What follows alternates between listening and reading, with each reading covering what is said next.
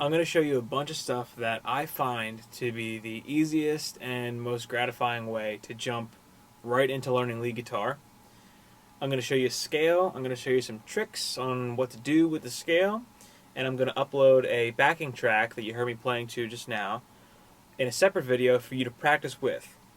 If you don't have an electric guitar, it's fine. You can do all of this on an acoustic guitar.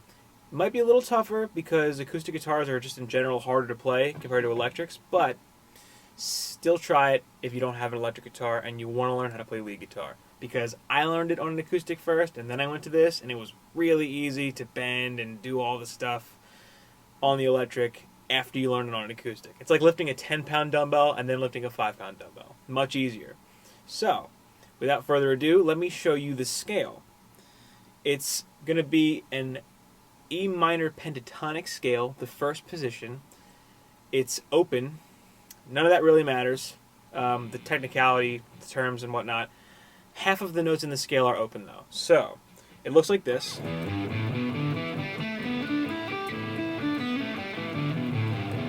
And I don't know if you noticed, but I only played with 2 fingers because half of the notes, every other note, is an open string.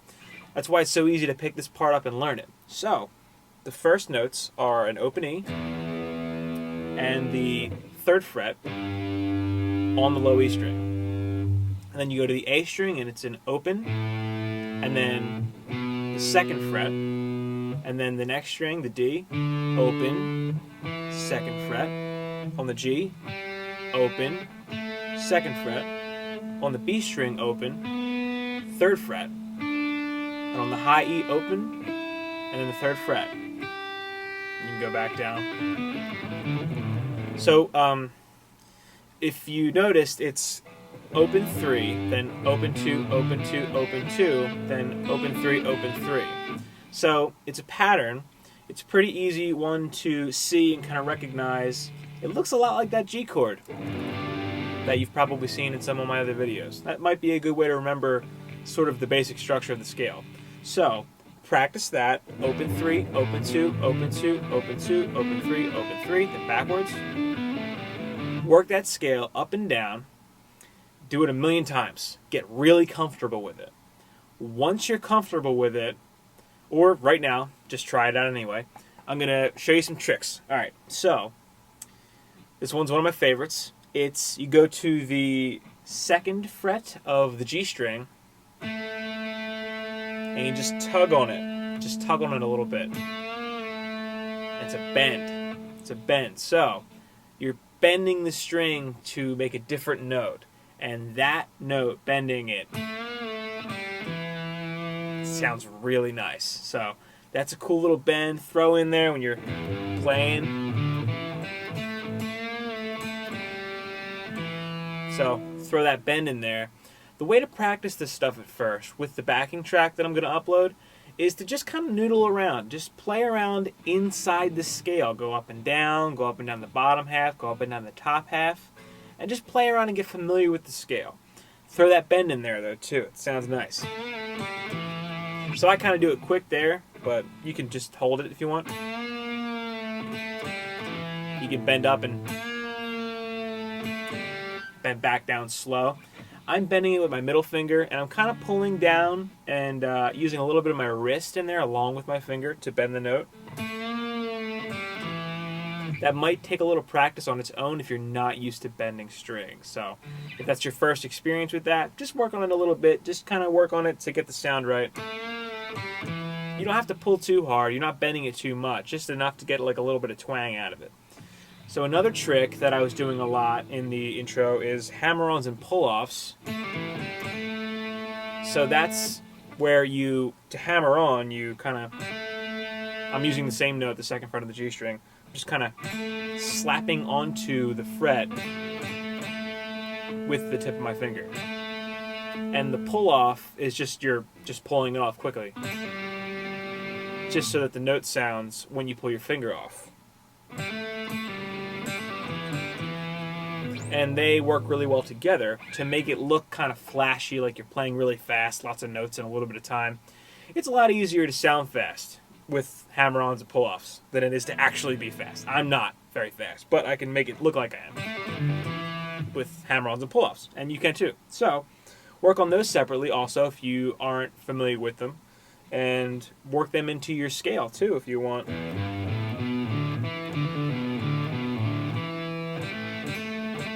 You know, just play around with it. Just play around and get familiar.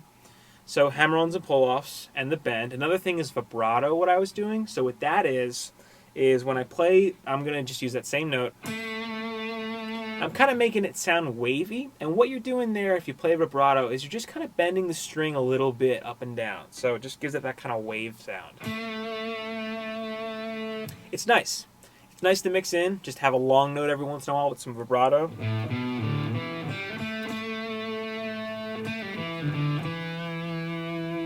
And what I'm doing is I was using this finger at that point, but you can use any finger, and I'm turning my wrist.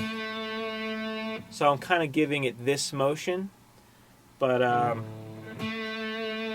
little bit of tug on my finger, but mostly just wrist. So work on vibrato as well. If that's something that's new for you, perfectly fine to just zoom in on that by itself and just pick any note of the fretboard if you want.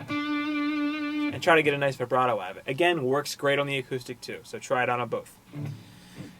Another thing you can do is slide, and before I get into that, I want to show you a little extension, I call it the high box, of this scale. We're going to add some notes to it. So, if you play up to the high E string, you end up on the 3rd fret of the high E. You can also go to the 5th fret of the high E string too, and the 5th fret of the B string. So you have this little square on the B string and the high E string that you can play around in too. Now, one way I like to get into this high box is I like to slide into it from that 2nd fret on the G string. So you can slide in. So I slide from the 2nd fret to the 4th fret of the G string, and you just drop right in. And there's also another bend there too. If you go to the 5th fret of the high E string, I'm bending it there. And you'll notice that the bend is a little different the way I perform it there. So I'm using 3 fingers, and I'm just pushing all of them up at the same time. That's a lot easier to do than play it with 1 finger. So try bending like that too. Just work on that a little bit. And practice it. So now you have that scale. You have the bend on the G string. And the bend on the high E string on the 5th fret. You have that little extension. You got your hammer-ons and pull-offs, vibrato. That's a lot of work, I guess, if you don't know any of it. But this is all really good stuff to start learning and just kind of play around with. So work on the techniques. Run that scale up and down a million times. You know, watch TV and just run that scale. Get really familiar with that scale. Then take the techniques and the scale and the little high box and practice it over top of my backing track that I will upload in a separate video.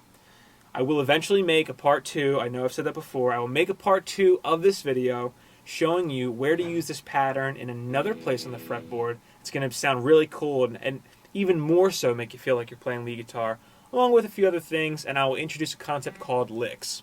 So for now, practice it, mess around with it, noodle around on top of that backing track, have some fun. Like this video if it helped you out. Thanks for watching, always, and subscribe if you haven't, and I'll see you next time.